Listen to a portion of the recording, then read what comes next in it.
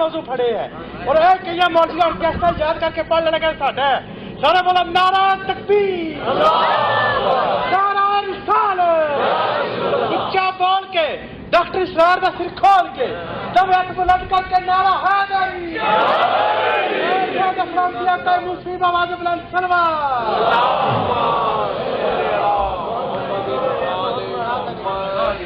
اور میرے حلق سے کم از کم یہ بات بھی نہیں اترتی کہ جو عموماً ہمارے علماء یہ کہہ دے رہے ہیں کہ تقیے میں تھا ایمان ابو طالب.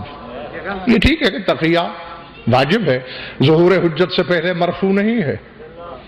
جب سرکار قائم کا ظہور ہوگا پھر تقیہ ختم ہوگا، لیکن ابو طالب کا ایمان تقیے میں نہیں تھا. کیونکہ میں نے برادران اہل سنت کی کتابوں میں پڑھا ہے کہ حضرت ابو طالب نے اپنی انگلی میں جو انگوٹھی پہنی ہوئی تھی، اب انگوٹھی تو ایسی چیز ہے جو ہر شخص کو نظر آتی ہے، تو اس پہ سرکار نے لکھوا رکھا تھا. یہ سنی علماء نے لکھا ہے کہ رضیت باللہ ربا وبمحمد نبیا وبعلی وصیا. جو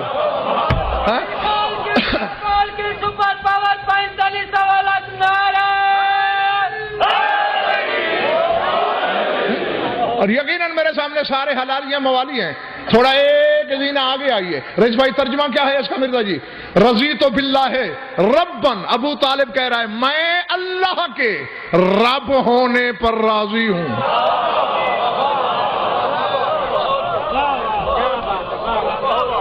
اللہ اکبر اللہ اکبر. ہے نہیں رسول نے یہ نقش نگین نہیں پڑھا ہوگا، امیر کائنات نے نہیں دیکھا ہوگا. کوئی تو کہتا کہ چچا جان بابا جان آپ کا یہ مقام کہاں کہ آپ توحید کو رضامندی کی سند دیں. خدا کی قسم میں نے کہہ دیا ہے اور اکثریت کے سروں سے گزر گیا ہے. یہ کوئی عام مقام تو نہیں ہے. یا اس کا بیٹا علی کہتا ہے وجدتو کا کما احبو، میں نے تمہیں ویسا ہی پایا جیسا میں چاہتا تھا.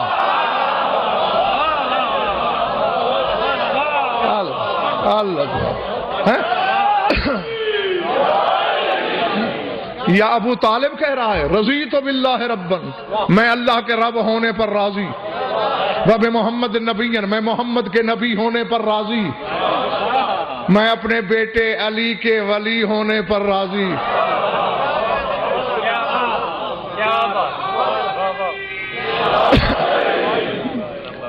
یہ تقیہ ہے؟ نہیں، یہ اظہار ہے.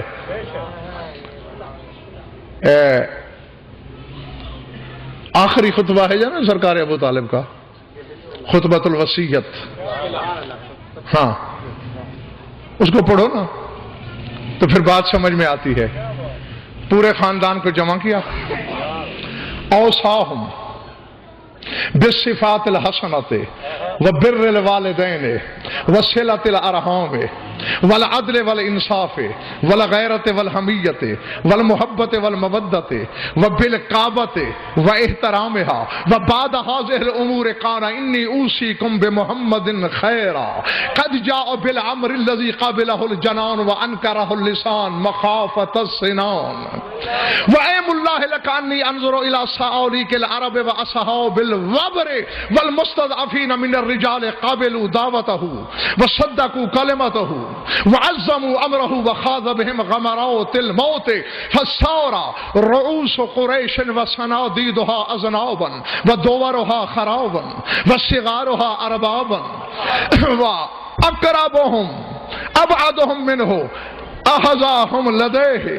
وعاظمهم اليه احوجهم لديه والله لو كان للنفس مدة وفي اجل تاخر لكفيته القوافي ولدفعت عنه الدواهي واني اشهد شهادته واعظم امره. مجھے یہ احساس نہ دلوانا کہ میں نے انتخاب میں غلطی کی. ہاں ثبوت ملنا چاہیے مجھے کہ میں نے خریداروں کے سامنے بات کی. پہلے لوگوں کو اپنی قوم کو صفات حسنہ کی وصیت کی. اب دیکھیں اہم سے اہم ترین کی طرف بڑھ رہے ہیں. پہلے کہا اچھی عادتیں اپنائے رکھنا، وبر الوالدین، پھر والدین سے نیکی کی وصیت کی، وصلۃ الارحام، پھر صلہ رحمی کی وصیت کی، والعدل والاحسان، پھر عدل و احسان کی وصیت کی، والغیرت والحمیت، بات بڑھتی جا رہی ہے، پھر غیرت اور خودداری کی وصیت کی، والمحبت والمودت، پھر محبت اور مودت کی وصیت کی، واوصى بالکعبۃ واحترامها، پھر کہا کعبے کا احترام نہ چھوڑنا. اللہ، یعنی صفات حسنہ سے بات چلی اور پہنچی کہاں؟ کعبے تک. وبعد هذه الامور، ساری باتیں کرنے کے بعد آخر میں کہا، سر اٹھانا، اوصیکم بمحمد خیرا،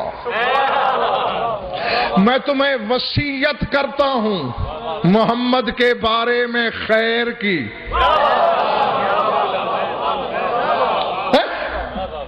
لوگ تو زیغم ایمان ڈھونڈتے ہیں، حضرت عظمت ابو طالب کا اندازہ لگاؤ، کس سرحد پہ کھڑا ہے علی کا باپ. لوگوں نے تو پتہ نہیں کیا کیا کر لیا ہے. میں نے امتیاز شاہ جی رئیس بھائی ایسے لوگ بھی دیکھ رکھے ہیں کہ جنہیں بیٹا باپ کہتے ہوئے شرماتا ہے. ہاں، اور جس کی ولدیت پہ علی جیسا بیٹا فخر کرتا ہے، وہ عظمت کے کس مرحلے پہ فائد ہے؟ سر اٹھانا. فرمایا محمد کے لیے وصیت کرتا ہوں خیر کی.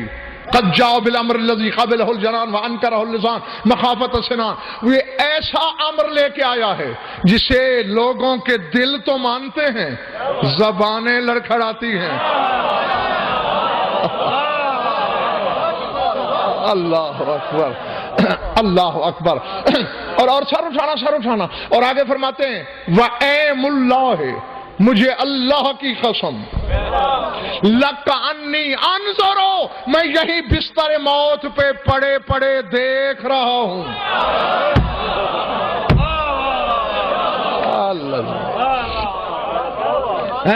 جی وسعت نظر کا اندازہ لگانا. لَكَأَنِّي أَنظُرُ، میں دیکھ رہا ہوں کس چیز کو؟ اِلَىٰ صَعُولِيكِ الْعَرَبِ، عرب کے درویشوں کو، وَأَصْحَابِ الْوَبْرِ، اور اونٹ کے بالوں کے خیمے میں رہنے والے مفلس اور غریب لوگوں کو، وَالْمُسْتَضْعَفِينَ مِنَ الرِّجَالِ، اور معاشرے کے لٹے پٹے لوگوں کو دیکھ رہا ہوں. کیا کر رہے ہیں؟ قابلوا دعوتہ، وہ محمد کی دعوت کو قبول کر رہے ہیں. وصدقوا کلمتہ، اس کے کلمے کی تصدیق کر رہے ہیں. وعظموا امرہ، اس کے امر کو عظیم جان رہے ہیں. اور پھر میں دیکھ رہا ہوں سارت رؤوس قریش وصنادیدھا اذنابا، جو قریش کے سر ہیں وہ دم ہو گئے ہیں.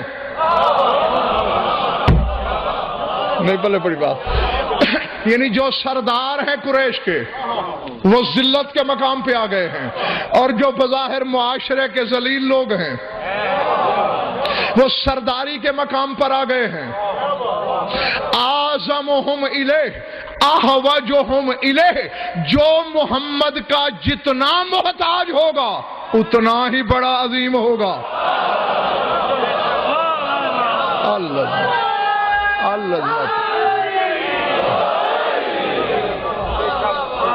سمجھ میں آ رہی بات؟ اعظمہم الیہ احوجہم الیہ، جو جتنا زیادہ حاجت مند ہوگا وہ اتنا بڑا عظیم ہوگا. ایمان سے کہنا، جو آنے والے وقت کی خبریں بتا رہا ہے اور کہتا ہے میں دیکھ رہا ہوں، انہی کا نمک کھا کے انہی پہ غرانے والے، تجھے ایمان کی جستجو ہے، یہ تو غیب کے پردے چیر رہا ہے.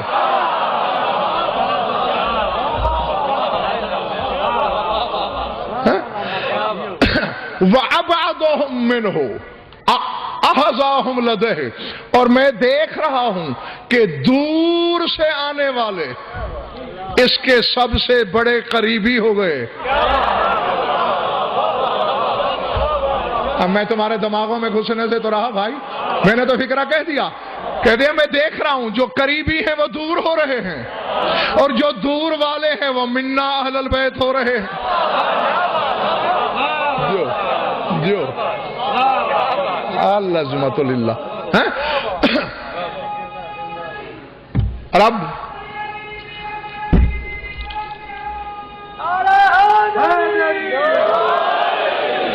باہر سے آ رہی ہے آواز؟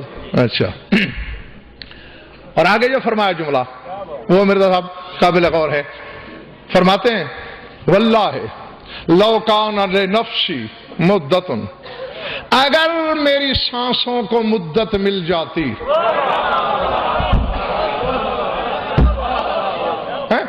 نہیں بظاہر اسد بیگم بات بظاہر بڑی سہل سی لگے گی، یقین مانو عرش سے باری ہے. پوری آب و تاب کے ساتھ ابو طالب کا چہرہ جلالت اس جملے سے جھلکتا ہوا نظر آتا ہے. فرماتے خدا کی قسم اگر میری سانسوں کو میعاد مل جاتی، او فی اجلی تاخر، یا میری موت میں تاخیر ہو جاتی، لکفیتہ القوافی ولدفعت عنہ الدواہی، میں اکیلا اس کی مدد کے لیے کافی تھا. اللہ اللہ، سمجھ میں آ رہی ہے میری بات یا سر سے گزر گئی؟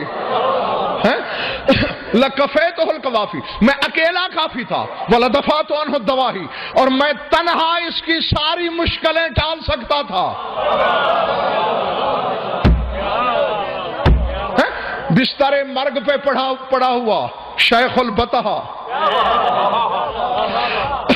کیا عظیم بولی بول رہا ہے کہ اگر مجھے موت مہلت دیتی میں اکیلا کافی تھا. اب ذہن میں رہے کہ جہاں یہ وصیتیں ہو رہی ہیں وہاں جعفر طیار بھی موجود ہے، وہاں حمزہ بھی موجود ہے، وہاں حیدر کرار بھی موجود ہے، وہاں عباس بن عبد المطلب بھی موجود ہے، وہاں خانوادہ بنی ہاشم کے بڑے بڑے جری موجود ہیں، اور ابو طالب کہہ رہا ہے میں اکیلا کافی تھا.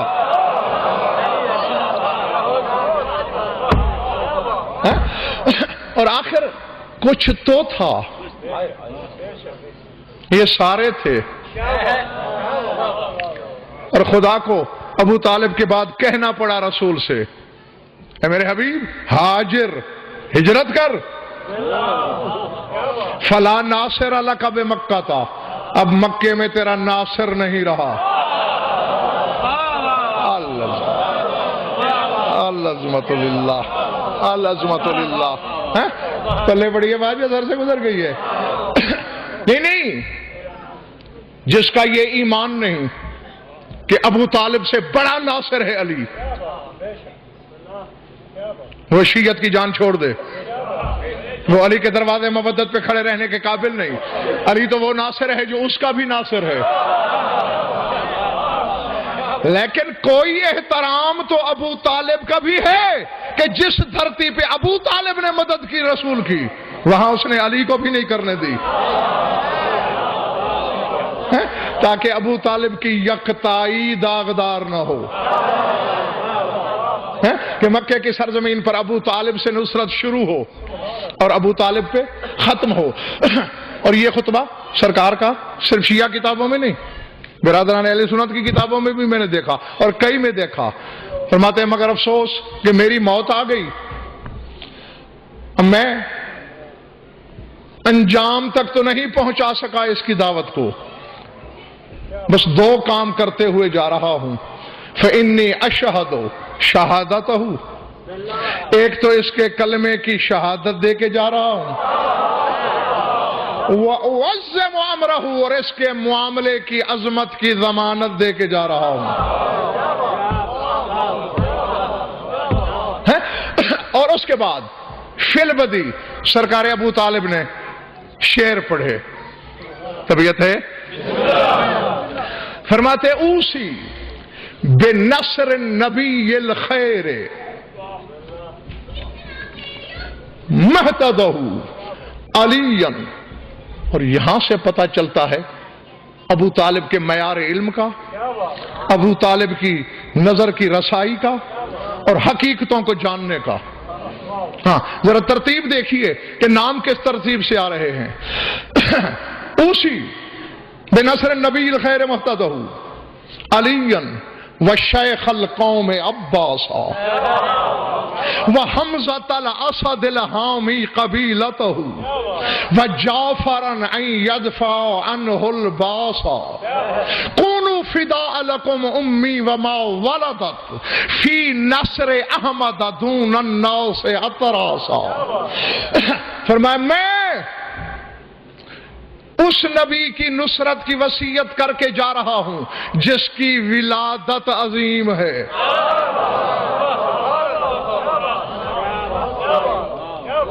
العظمت للہ. پلے بڑی بات ہے. جس کی ولادت عظیم ہے، یعنی ابو طالب کے عقیدے میں رسول کی ولادت کا بشری ولادت سے کوئی رابطہ نہیں، کوئی تعلق نہیں، ورنہ یہ نہ فرماتے. جس کی ولادت عظیم ہے. اور کہہ کس سے رہا ہوں؟ علی وشیخ القوم عباسا. علی سے کہہ رہا ہوں اور قوم کے سردار عباس بن عبد المطلب سے کہہ رہا ہوں. اب دیکھو، بھائیوں میں عباس بڑے تھے اور شیخ القوم تھے. پہلے ان کا نام لیا، پھر حمزہ کا نام لیا، پھر جعفر کا. تو ترتیب میں علی کا نام تو چوتھی جگہ آنا چاہیے تھا. نہیں سمجھ میں آ رہی؟ نہیں سمجھ میں آ رہی بات؟ کیونکہ جعفر طیار سے بھی علی 10 سال چھوٹے تھے، لیکن کہہ کیا رہا ہے؟ علی و شیخ القوم عباسا. پہلی وصیت علی کو، دوسری عباس، یعنی جیسا جیسا مرتبہ تھا ویسے ویسے ابو طالب نے نام لیے. اسے وحمزۃ الاسد الحامی قبیلتہ، اور اپنے قبیلے کی حفاظت کرنے والے شیر حمزہ سے کہہ رہا ہوں. وجعفر ان یدفع عنہ الباسا، اور اپنے بیٹے جعفر سے کہہ رہا ہوں کہ رسول سے جنگ کو ٹالتے رہنا. کونوا فداء لکم امی وما ولدت فی نصر احمد من دون الناس اتراسا. میری ماں تم پہ قربان ہو جائے، اور جس جس کو میری ماں نے جنم دیا وہ تم پہ قربان ہو جائیں. کس چیز کے سلے میں؟ کہ کائنات کے لشکر مل کے آئیں تو تم محمد کے آگے ڈھال بن جانا.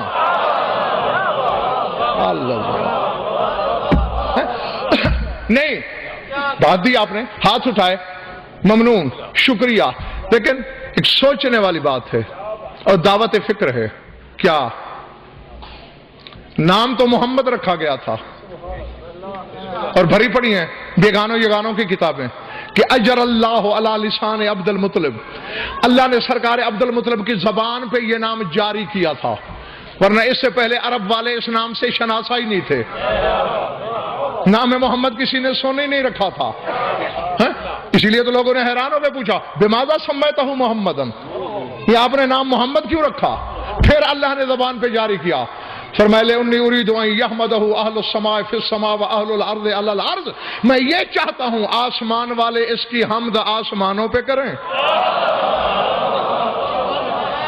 اور زمین والے اس کی حمد زمین پہ کریں. تو بس یہی نام مشہور تھا، احمد نام مشہور نہیں تھا، محمد. پورے قرآن میں ایک دفعہ سورہ صف میں لفظ احمد آیا، وَمُبَشِّرًا بِرَسُولٍ يَأْتِي مِن بَعْدِهِ اسْمُهُ احمد. عیسیٰ کہہ رہا ہے کہ میں بشارت دیتا ہوں اس رسول کی جو میرے بعد آئے گا جس کا نام احمد ہوگا. اب یہاں میں تمہیں تکلیف نہیں دیتا، گھروں میں جا کے سوچنا ضرور. قرآن نے محمد کو احمد بعد میں کہا، ابو طالب نے پہلے کہا. جو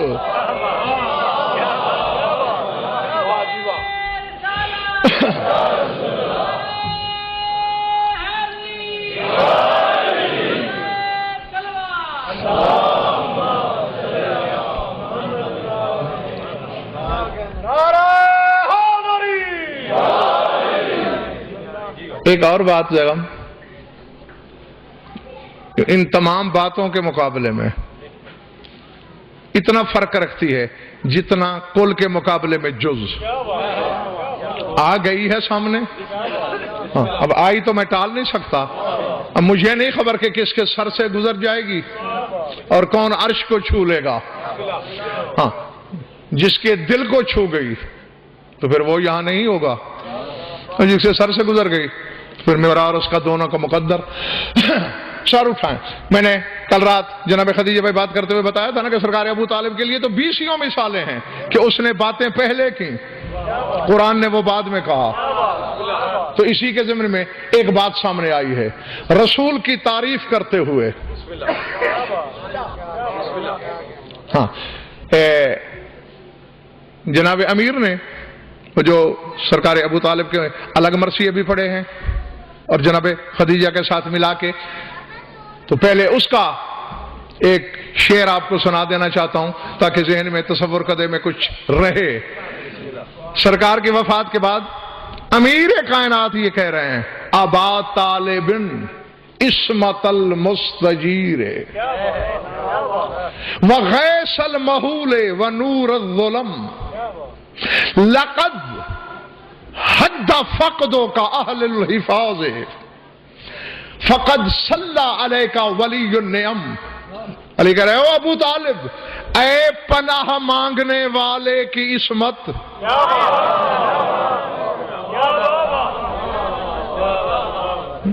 نہیں واقعی اب مجھے یہاں افسوس ہوا ہے کہ میں نے غلط موقع پہ غلط بات کی، ہاں شاید اس کا وقت ہی نہیں تھا۔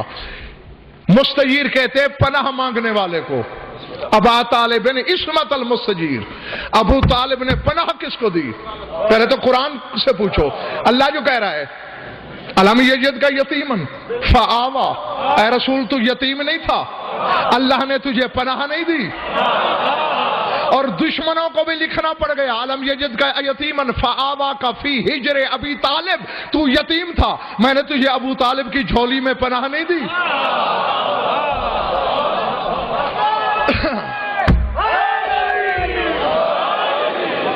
اب سر اٹھا، کہنے والا علی ہے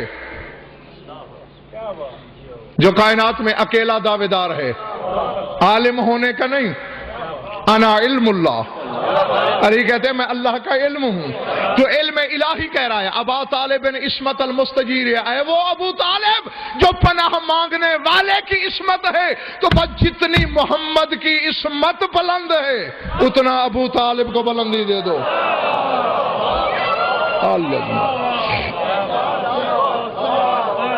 سمجھ میں آئی بات؟ وغیث المحول ونور الظلم، اے جود و عطا کی بارش، اے ظلمتوں کے نور، لقد حد فقدوں کا اہل الحفاظ فصلی علیک ولی النعم، تیری موت نے توحید والوں کی کمر توڑ دی۔ لیکن بس میں اتنا ہی کہہ سکتا ہوں کہ نعمتیں دینے والا خدا تجھ پر درود بھیجے۔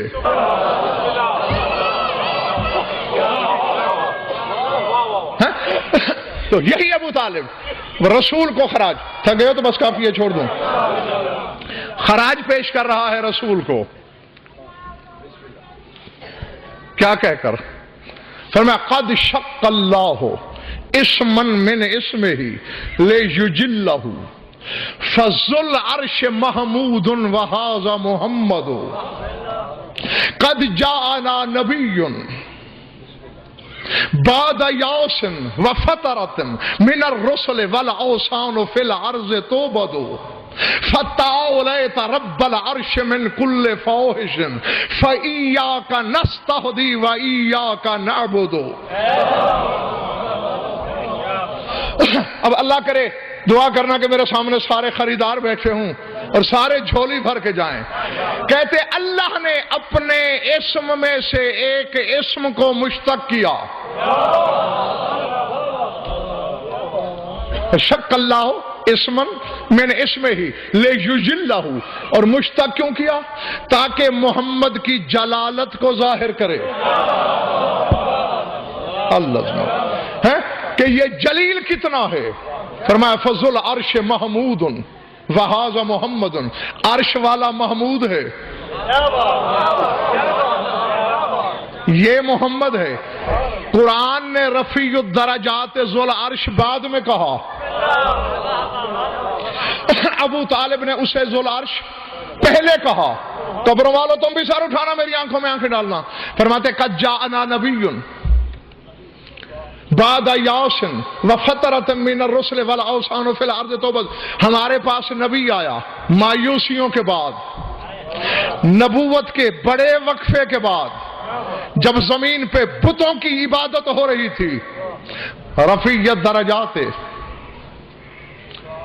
اے بلند درجات والی ذات، طولت ذل عرش من کل فاحش، تیری ذات ہر فحش شے سے بری ہے. ہم ہدایت بھی تجھ سے چاہتے ہیں، عبادت بھی تیری کرتے ہیں. ایاک نستہدی و ایاک نعبد، ہدایت بھی تجھ سے، عبادت بھی تجھ سے. اب اللہ جانے کون کس فکر کی وادی میں کھویا ہوا ہے. ابو طالب سورہ فاتحہ کے نزول سے پہلے کہہ رہا ہے ایاک نعبد، اور جس اللہ نے ابو طالب کے جملے کو تیری نماز بنا دیا ہے وہ خود کیا ہوگا؟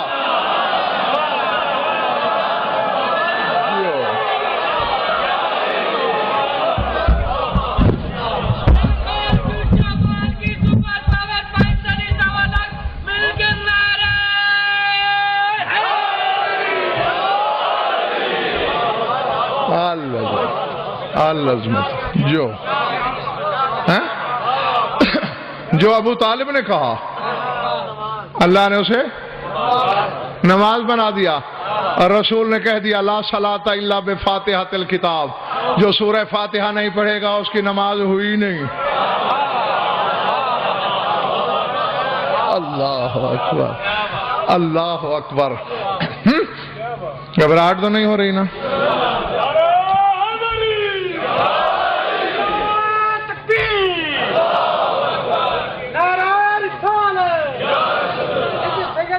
کی رنگوں میں ماں کا مقدس دودھ پھینکتا روا دوا ہے. ماں کا مقدس دودھ کا حق ادا کرے، حضرت ابو طالب علیہ السلام کا استقبال کرے، دونوں پنجوں پر کھڑے ہو کر نعرہ.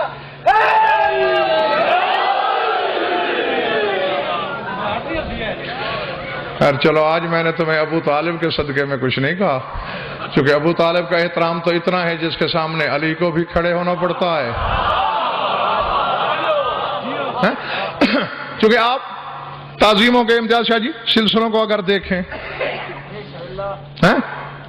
سارے سلسلے تعظیموں کے رئیس بھائی رسول پہ آ کے رک جاتے ہیں. آدم سے عیسیٰ تک سارے نبی جمع ہوں، میرا رسول آ جائے تو مرزا جی رسولوں کو اٹھنا پڑتا ہے. یہی رسول منبر پہ بیٹھا ہو اور کہیں سے ایک پردہ دار بچی آ جائے تو رسول کو اس بچی کی تعظیم کے لیے اٹھنا پڑتا ہے. اور یہی بچی جوان ہو کے کسی گھر میں بیٹھی اور اوپر سے علی آ جائے. العظمت للہ.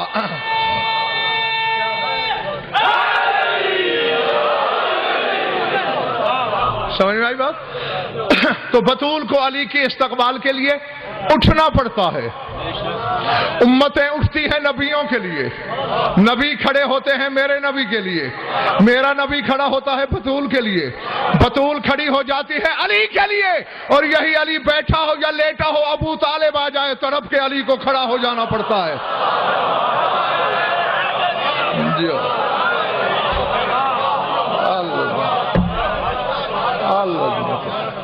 العظمت ارادے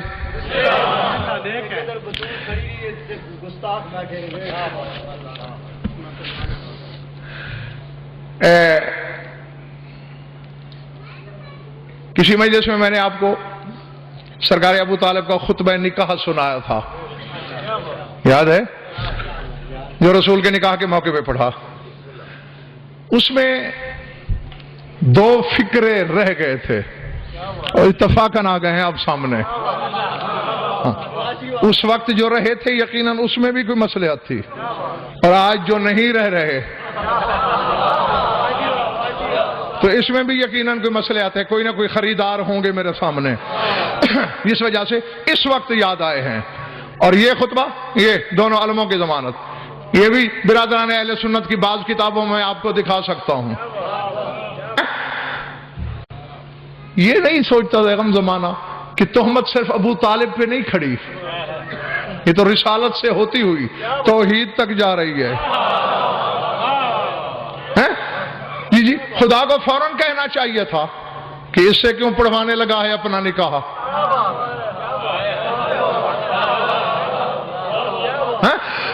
او بھائی مشرک کافر تو وہ ہوتا ہے جس کا اپنا نکاح نہیں ہوتا۔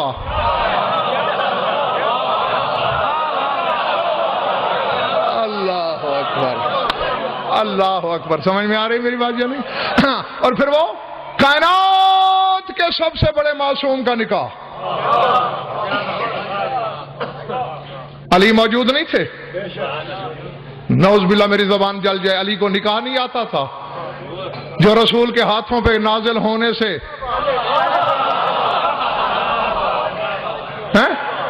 برسوں پہلے پورا قرآن پڑھ دے، وہ نکاح نہیں پڑھ سکتا تھا۔ اس زمانے کے جاہلوں کو توحید بتانا چاہتی تھی، اور دیکھو علی جیسا عالم بھی بیٹھا ہو تو خطبہ ابو طالب جاری کرتا ہے۔